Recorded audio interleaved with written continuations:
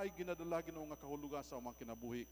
Nga magahatag ka namo Ginoo og kadasig, maghatag ka namo kalipay, maghatag ka namo Ginoo kasing-kasing Ginoo para sa uban.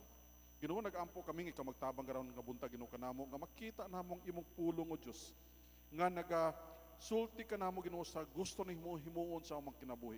Unya tabahay kami Ginoo sa paghimo nini mga butang para Ginoo sa dili lamang sa among kaugalingon kundi para Ginoo sa uban nga pinaagi sa among paghimon Ginoo makaila sila Ginoo sa among kinabuhi o makailagi sila Ginoo kanimo.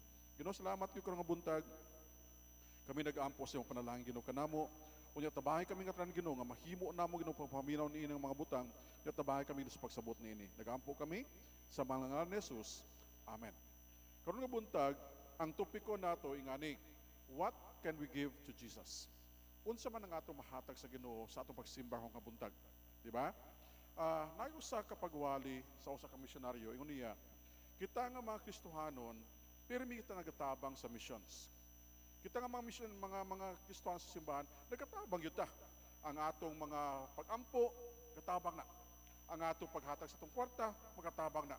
Pero na yung panahon nga, wag tayo mahatag po. Wag tayo mahatag. Ingon niya. Pero ang pinakamaayo nga mahatag nato para sa Ginoo, dili ang atong kwarta, dili atong pag-ampo, kundi atong kaugalingon. Atong kaugalingon nga lawas. Samtang nag-ampo sila, nagahimos nato nga service, ingon pa sa usa, nga nag-offering sila. Pag-offering nila, ang usa ko kabata sa likod, wa gi kwarta ba? Way kwarta. Gikuha niya ang offering bag, gibutan niya sa loob, unya gitungtungan. Gitungtungan. Ingon sa kanang pagawas na siya. Dong, unsa man kasi nga, wa man ko mahatag sa Ginoo, akong gihatag akong kaugalingon. I don't know where that happened, pero ang ako nadunggan ngani. Kato nga bata nga naghatag siya kaugalingon sa offering plate, nahimo tong misyonaryo. So may sa Ginoo, karon nga buntag, kanang ato pagatunan, kanang naibawa na nato. Pero akong handom nga kita nga niya dinhi karon, makita natong atong kagalingon dinha nga mga butang. So number 1, you have here duha ka tawo, di ba? One is Joseph, the one leading the donkey, and one is Mary, the one riding on the donkey. Sila nga duha nagalakaw, unya ang ilang destination ani paingon sa Bethlehem. And so for Mary and Joseph, unsa ka ang ilang gihatag sa Ginoo, no? Makita nato nga sa ila nga pag-abot sa anghel sa kay Maria, wala man siya gihatag. Wala man siya anya Ginoo ginatag sa imo. Wala. Si Joseph wala po nahatag sa Ginoo nga iyang gi-offering sa Ginoo. Wala pod. Ang atong makita sila nga duha, murag wala gihatag sa Ginoo. Wala. Pero mag-isong sa Ginoo, dumdumo nato ni. Ang atong paghatag usay sa Ginoo, dili na maong pinakimportante nga butang nga atong mahimo para sa iya. Ang pinakimportante nga butang usay dili ka nang mabukuan sa atong bulsa, unya mahatan nato sa Dios. Usa ang pinakamaayo nga butang nga atong magamit sa Ginoo, dili ka nang atong mahatag lang. Kaya ako atong libawan ngani nga si Joseph ug si Maria, ang ilang gihimo ingani, they totally trust God. Mo na primero gyud nga ilang gihimo sa Ginoo. Nagtuo sila og tibuok ng kasing-kasing sa Dios. Nagtuo sila. Si Maria, pag-abot ni Angel Gabriel siya nga, Maria, gipili ka sa Dios nga mahimo ka nga inahan sa iyang anak. Si Maria in taon, wa kasabot sa niya. No? Kung ikaw si Maria, unsa itubag nimo? Ha? Unya, si Maria sa pagkadungog niya niadto, ang iyang hunahuna ba nga Ginoo, unsaon ka nako ni ba? Kung magburos ko nga walay lalaki sa akong kinabuhi, unsaon ka na pa-explica sa mga tao? Na, ang usa sa mga butang nga problema ni Maria niya panahon, walay uban nga nakahibalo. Walay uban nga tao nakahibalo nga siya maburos. Walay uban. Ang kumbinsido lang yun nga nakahibalo nga maburos siya lang. Usa lang gid siya. So unsaon yung pag-explica sa tibok ni mga nga lungsod? Usa pagsulti sila nga ang akong tiyan nga dako ni siya pero kabalo mo, iyan ni sa Dios. Kisa kay motuo sa imo. Wala, di ba? So si Maria ang ato makita nga siya makita nato nga nagtulangit sa Ginoo. It's a total trust. Wala siya mahimo. Si Joseph, ingon sa pulong sa Ginoo, si Joseph nagauna-huna. Pagsulti ni Maria sa iya nga Joseph, I'm pregnant. Ingon sa pulong sa Ginoo si Joseph naguna-huna. Ngayon niya, parang mabutang si Maria nga dili maulawan. Ibutang ni si Maria sa usa ka lugar nga mabulagan ni siya unya papalayo. Pero samtang si Joseph nagalingkod siguro nagahigda, nagdamgo siya.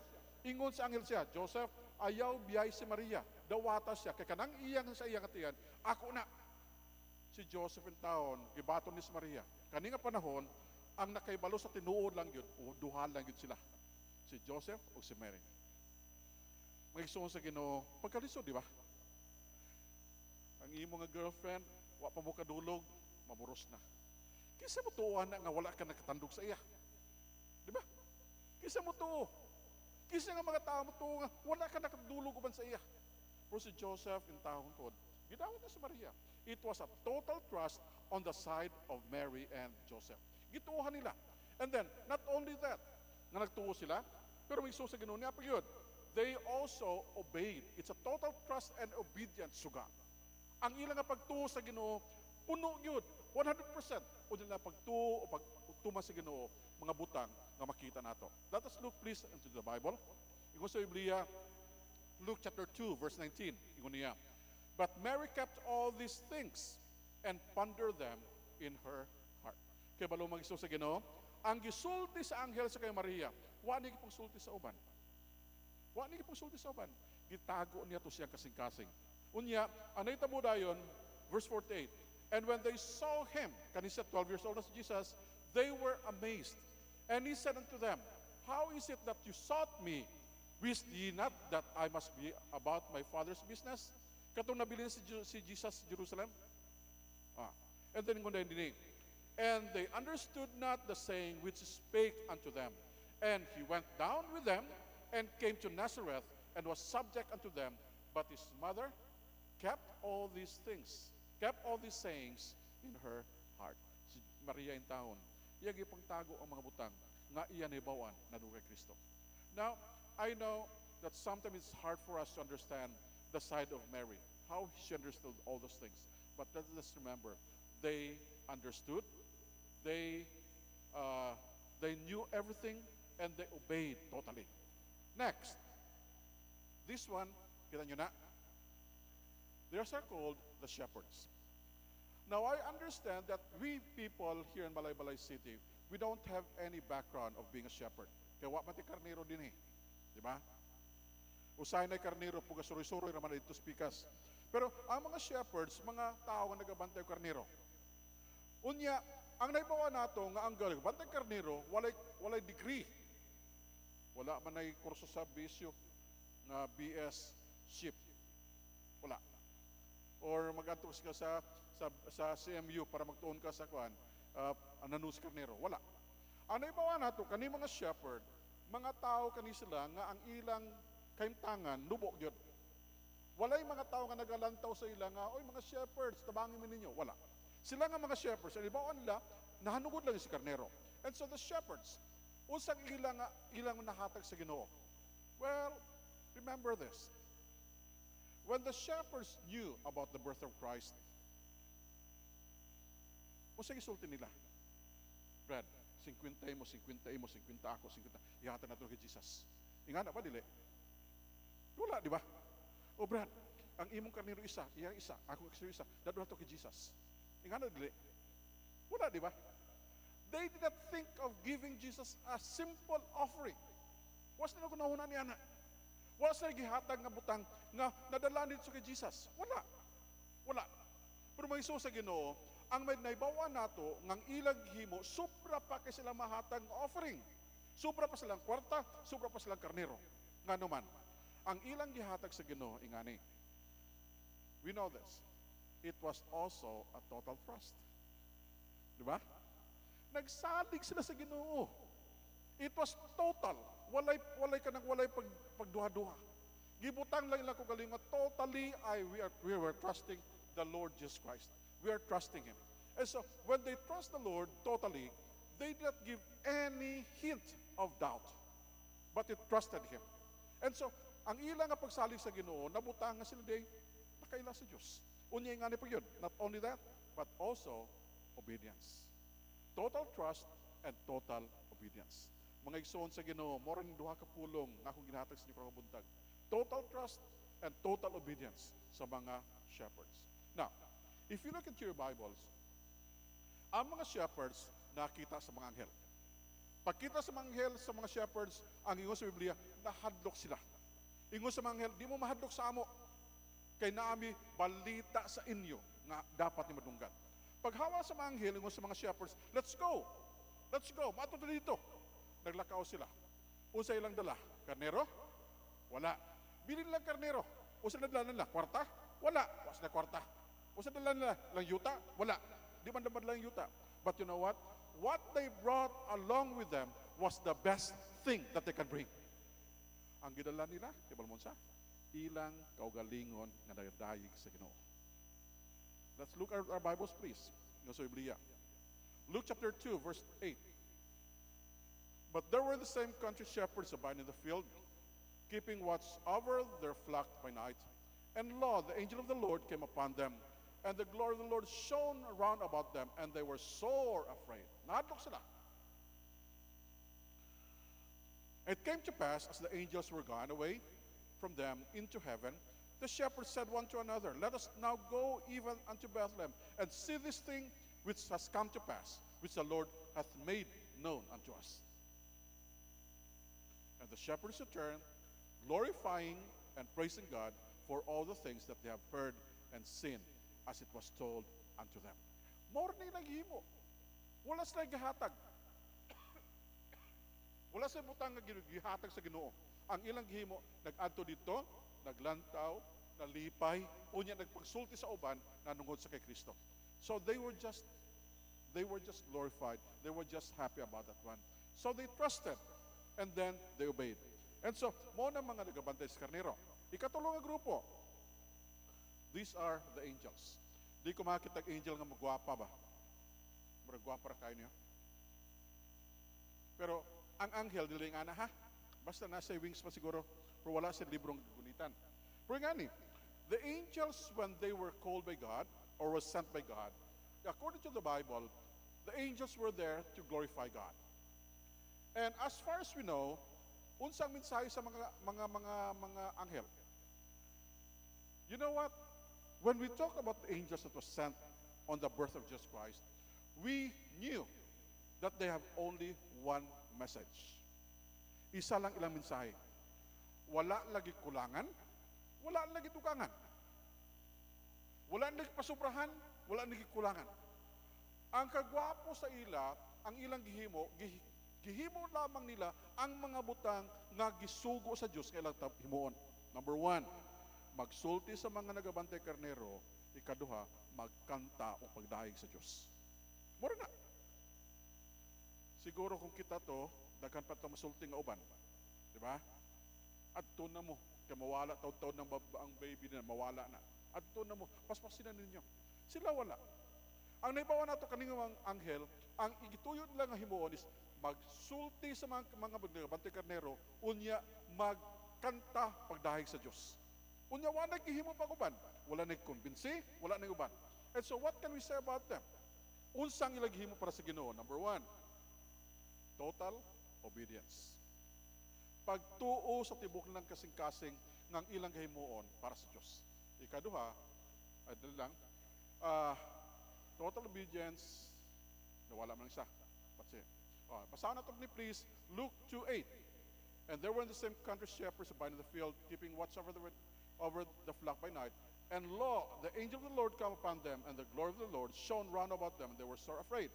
Ang mga anghel na naog.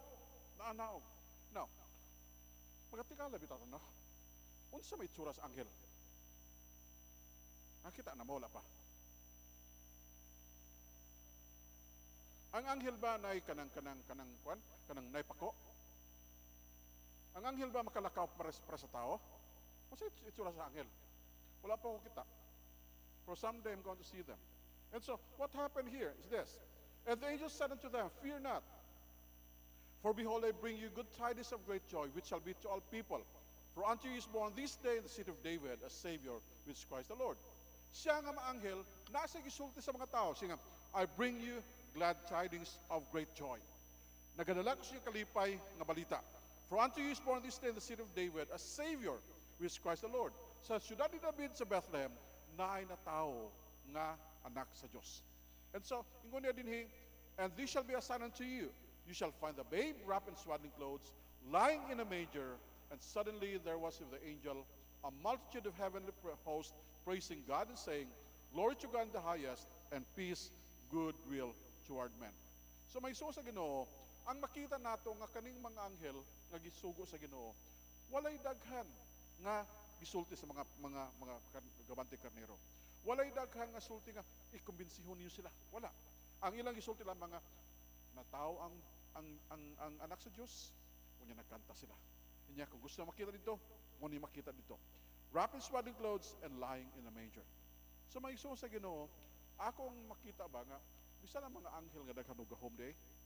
Ang ilang himuon kanang mahimo ra gid nila para sa Ginoo. And so they were totally dependent on God, totally trusting God, and totally obeying to God. Okay, that's the third one. Third ba na? O fourth. Okay. Now the last one here positively, kani nga mga tao. Now, di ko kailana sila ba? Di ba na mga ngalan nila da? Si Gaspar, si Balspar, si Baltasar. Wa na mga ngalan. Unya sa tinuod lang sa Biblia, di na sila tulo lang. Daghana sila. Kaya pa, they are called the wise men. Wise men. Kani mga wise men, mga tao ni siya nga gikan dito sa layo nga lugar, nagpaingon sa Israel. Now, it's amazing, right? Unsa ka nakita lang nga star sa taas, nga nasulti sila nga naay matao nga hari sa Israel. Unsa yung nakita sa taas nga nasulti sila nga lakaw na mo pangitaan ninyo. Kaya ang makita na sa taas, wala man nagsulti nga, hoy, lakaw na mo, wala nagsugo. Hoy, dito na sa lapit, wala nagsugo. Ang ilang nakita dito sa taas. Unya katong ilang nakita sa taas, nagasugo sa ilang nga manglakaw na sila, unya ilang himuon ang pinakamahay ng mahimo nila. And so, ang atong makita is this. The wise men were wise because they were able to interpret what was being shown up there, and they followed what they ought to do. And so the wise men, according to what we know, the wise men are wise because of what we call a total obedience of the Word of God. Matthew 2, 1 to 18. And then, ato makita din hingas, ang ilang himo, tulo ka butang. Number 1, they gave gold. Gold, bulawan. Now, sa ato bitaw kay tangan karon ambot lang, pagkalisod sa bulawan, no? Mahal kayo. Pero ang bulawan nga gikas Pilipinas na baligya, pila ka tonelada? Pila to? 250 tons na baligya gikas Pilipinas. Pero may sa Ginoo, gold is symbol of royalty. Ang bulawan simbolo sa halangdon na tao. It's a picture of being high in a society. Gold. And so, the wise men brought gold to Jesus and said, Lord, we are giving you this. We're giving you gold. And so, Lord, you continue on doing this and you are our royalty. Number 2, not only gold, but they also have what you call frankincense. And the frankincense that they have is a symbol of a divine nature found in Jesus Christ.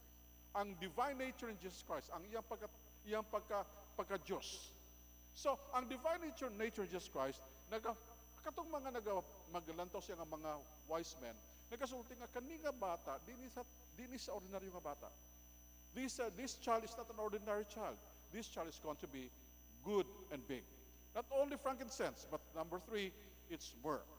Myrrh is a symbol of death and suffering. Nagkapaybalo ni sa ato nga pila ka adlaw ang kamatayon ug pag-antos ni Kristo matabo gyud. So magiso sa Ginoo ngani. Kung kita nagalantaw sa pag-abot sa mga wise men, ingon sa Biblia, nag-abot sa dito sa Bethlehem. Pag-abot sa Bethlehem, dito sila kay Herod. Pag-abot kay Herod, siya nga, Sir, where can we find the newborn king of Israel? Asa na makita ang bagong na tao na hari sa Israel? Ang ilang kapangutanan sa Herod, ang ruling king dito nga panahon. Ang hari in taon, siya nga, nabalay matao. Unya himo, ipatawag niya itong mga maalamon ka tao sa Israel. Unya ipangutana, asa man matao ang hari sa mga Hudiyo. Ang tubag na itong ipangutana niya, matao dinhi sa Bethlehem. Ingon din si Herod, pangitaan ninyo, Unya kung makita ninyo, balik mo din sa ako para mag-adtopod ko, para magsimba sa iya. Magaisoon sa Ginoo, lami kayo no? Adto mo, pagitaan ninyo, makita ninyo, balik mo din sultihan ko ninyo, kaya mauban ko sa inyo, masimba sa iya. Pero magaisoon sa Ginoo, dili man na ingana yung tuyo niya. Ang tuyo niya nga ni, nga mahibawan niya asra tao tong hari, unya adto niya, unya patyot. So, ang makita nato nga kaning mga wise men, ang ilang himo, pagka maayo gyud. Nagsalig sila nga ang ilang gimoon pa sa Dios pinakamaayo. Ikaduha, nagtuman sila sa sugo sa Ginoo nga igsugo sa Ginoo para sa ila. So, kita nga mga Kristohanon, daghan ta mga butang nga mahimo para sa Ginoo. Pero magsugo sa Ginoo say kita naghuna-huna, wa mo koy mahatag sa Ginoo kay kung bulsa wa man ni sulod. Pero kung dumdumo nato na siya, ang ato makita nga kita din nga mga Kristohan daghan og mahatag sa Ginoo. Usahay kita ni simbahan ko nahuna bitaw. Nganong ang uban sa ato daghan magmahatag sa Ginoo, kami wala man gyud. Kay balom unsa? I'll tell you this. One time dito mi sa Capiz after nag-graduate sa doon. Ya dito mi sa Capiz, gapatindog mig simbahan, wa mi kwarta. Nang hula mi kwarta, unya paghawa na ako pato na bayran tanan. Pero sa usa ka panahon, naghimo mig CR kanang kanang septic tank para septic tank. Ingon na ako mga members ko ban, pastor, muanha mi sa Lunes ug Martes ha. Kay magtabang mig kutkot. Ina ko sa ila, sige Brad, ani lang mo dinhi kay para nga pag anhi ninyo dinhi ang inyong gikuha dito nga trabaho, hatagan ta mo. Ingon ako sa di makusgot na pastor. Karon kay naghawa mi dito. Pag anhi ni bayaran nimo gyapon mi. Di na may anhi kay babayad naman lang. Naulaw ko ba? Ang ilang gusto giday nga maghatag sa Ginoo silang oras o ilang kusog. Dili nga maana sa simbahan para bayaran. Kundi nga ihatag ng kusog na para sa Ginoo. Nago sige Brad, ang imo nato yung ani. Dito mo bayaran, hatagan na mo pagkaon ug madlan sa inyo balay. Amo tong himo namo. Pero magsuo sa Ginoo ani. Usahay nga atong makita ba nga kita day nga mga Kristiyanon, wala tay mahimo nga butang nga makahimo nga ang mga butang simbahan nato madako ang mahitabo. Pero naay mga gagmay nato nga mahimo. Example ngani. Kay balo mo, usa sa mga butang nga akong gapirmiga unahon na sa Bethel, unsa kay mahitabo dinhi sa ato kung pagawas nato ang tanan nato nga basura dala nato. Kapang lingkuran ninyo na daghan na ka basura pagawa niyo karon. Usahay na kuno noon sa unsa ba taon mi? Bisag basura lang di ta kapanghipos. Maulaw ba ta? Nako, dito makahimo ana. Ang usa nga noon ta, pasag di lang kay naa may kapanghipos ana. Dili na brad. Aton ang trabaho. Katong simbahan, atong tipigan, atong bantayan. O katong usa ka adlaw sa gawas ang billboard sa 5 nga bag-ong nagkapasat og nursing board nawara na pod gikuha sa buang. Isa tong buangat wa ko kay balo. Unya kita nga nung kita gapasag na naman nato na. Di ba? Daghan tag mahimo. Kay balo mo unsa? Kita nga nag-ani din usahay, nagalantaw ay patsada katong simbahan. From magsuon sa Ginoo, naa pa tay nahimo nga magtabang sa paghimo nga patsada. Nakabutang patag tubig sa bulak. Nakabutang patag tubig sa gawas. Nagapanilhig pa ta. Kay balo mo unsa akong gigunaon-naon? Kita nga nagabukid nun, daghan tag trabaho nga sa tumbalay gahimo nato. Nganong simbahan din nato mahimo? Ha? Ulaw mo? Basig maulaw mo kung kami mahimo ana.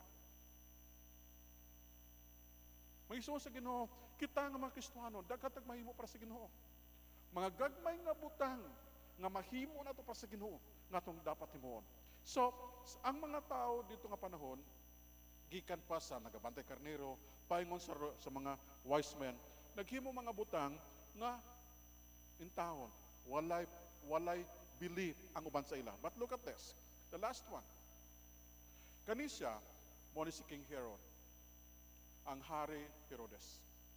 Kay balumon sa iya, ang iyang gihimo, total hindrance or total opposition. Ang iyang gihimo nga nagpamatok siya, gibalabagan niya ang kaubuton sa Ginoo. Yang gisulti sa mga nagpangita sa kay Kristo niya, adtuin ninyo, pangitaan ninyo, kung makita niyo balik mo din sa ako, unya isulti niyo sa ako kung unsa man. Ang mga maalamon nga mga tao nag-ato dito, unya nakita si Kristo. Nagtumas la o wala. Ang nibawa nato yung ani. Nga ang mga maalamon nga tao, nagdamgo. Unya nakita nila ang sarilang damgo, ang instruction sa Diyos. Ingon ng Diyos sa ila, ayaw mong balik dito sa iya, kay ang iyang tuyo, patyon si Kristo. Agi mo sa lahing adalan, pabalik sa iyong lugar, unya uli na mo dayon. You know what? That's the best thing that we can see in our lives. Para niya nang abutang. Then, ingon din sa pulong sa Ginoo, pagkaibalon ni Herod, ingon niya, then Herod, when he saw that he was mocked of the wise men, was exceeding wroth, and sent forth and slew all children that were in Bethlehem, and in all the coast thereof, from 2 years old and under, according to the time which he had diligently inquired of the wise men. Then was fulfilled which was spoken by Jeremy the prophet, saying, in Ramah there was a voice heard, lamentation and weeping and great mourning, Rachel weeping for her children, and would not be comforted because they were not. Mangigso sa Ginoo, ang gihimo ni Herod, pagkabalo niya nga mga wise men naglakaw na, ipangsugo niya yung mga sundalo. At tuwan niyo itong lugar dito, unya tanan nga mga bata nga lalaki, edad 2 years old below, patyan ninyo. Mangigso sa Ginoo, nabutang na ng adaan sa nibawaan at sa pulong sa Ginoo, nga ang Diyos nagbutang nina nga sa pila ka adlaw kana nga lugar na ipagantos. Pero mangigso sa Ginoo, makita nato ba nga kani nga tao si Herodes, nga maghimo niya na. Di ba dapat unta siya malipay siya? Kay balo mo, si Haring Herodes, di po na sa Roman, di na sa Romano. Pero di po na sa totally Jew. Kanang tunga-tunga ra bitaw, unya nahadlok siya nga mawalaan siya posisyon. Unya, mo na nga usay kita nga mga tao, nagahunahuna bitaw nga kung di ko maghimo niini, asa ko paingon. Kung di ko maghimo niya na, unsaon ako? But you know what? Ang makita nato nga ang atong kinabuhi, dili biya na perme na butang sa eksakto nga lugar. Di ba? Kani nga semana, daghan itabo sa ato, di ba? Nayo sa namatay sa Luzon. Usa ka taas og ranggo, Cabral, patay. Unsa may tabo sa iya? Wata kay balo, di ba? We never knew the right story. But you know what? Things can happen so suddenly. Nga kung kita dili nagabantay sa itong kagalingon, ang Diyos di nagabantay sa ato, mawala itong kinabuhi. But look at this. When God said that God is going to fulfill these things, He fulfilled that, though it is hard. And so, ang mga bata nga 2 years old below, patay. Mga batang lalaki, 2 years old below, patay. But look at this. Kung kita maglantaw karon sa atong kaimtangan, has kang lisura. But what are the conclusions that we can have? Conclusion, okay? Kita nga mga Kristo, nagpasalamat sa Ginoo siyang kaayo sa ato. Pero ang atong conclusion nga ni, number 1, how about us today? Kung ang ato nabutang total trust and total obedience, kita ba nga mga Kristiyano ning ana obsod? Meaning, total ha? Dili ka ng partial. Total.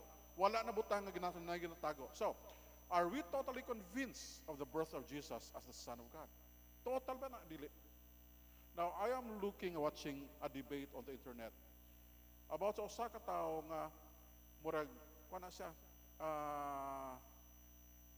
kanang sa Middle East na siya nga tao. Pero ang iya nga position is that he is a Christian and he is debating against the Muslims. And I like it. I like it. Pero kagabi nakita na akong usan niya ka debate nga nay tao nga nagistorya sa iya. Ingon sa tao siya, kagihilabtan nimo among propeta, hilabtan sab ka. Ipangsulti sa tao ang iyang ipanghimo sa iyang pamilya. Ingon niya, Brad, gisulti nimo na sa ako ang himo nako, pero ang tinuod lang, wa nako na nahimo. I don't know kung tinuod o dili. Tinuod o dili. Ingon niya, pero ang inyong propeta nga nabutang sa inyong libro, kana siya tinuod yun. Ingon niya, tinuod yun na siya. Nga na sa asawa nga 9 years old, na 53 years old na siya, si Muhammad. Tinuod na. Unyo niya, kita nga niya karon usa tong gahimoon. When we totally convinced of the birth of Jesus Christ as the Son of God. Tinuod ba yun? Tinuod ba yun na? Or kita ni sa Bethel, gunahon na lang ba nga, unta, tinuod. Dili na tinuod yun, unta, tinuod. Mag-isong sa Ginoo, we pray for that. Had we accepted Him as our Lord and Savior? Nadawat mo na ito si Kristo Pilato manluluwas. Nadawat na ito, wala pa.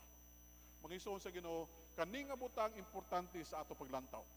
Kaya kung dili ni dato madawat, bisag unsa pa itong himuon, walay may tabo sa ato. May nubdum na ako sinang Elsa nga sulinay. Nakurat ko ba? Kaya sinantinan tawag sa ako, siya nga, Pastor Nonoy, ato'y ragot si Elsa, kay nay gusto siyang istorya sa imo. Yatuwa na ako sa nang balay.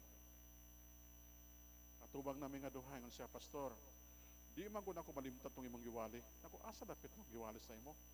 Katong, pirmi ka magatog simbahan, pirmi ka makabatig pulong sa Ginoo, pwede ka kinumdum ka no sa kanakadawat sa Ginoo. Di ay. Naku, unya, nakadawat ka sa Ginoo, wala pa siya. Nakadawat na ko, pwede ko dumdum ka no sa. So, ang importante para ni Ana is this, na tao ka utro, sa di kayo numdum ka no sa kanatao. Para sa nga niyo, nagtigulang ka na, wala kayo numdum ka no sa kanatao. Tinuod na tao ka, wala. Natao ka. Kunya, Pastor, pwede yung kadawat utro? Nako, sister, dawata.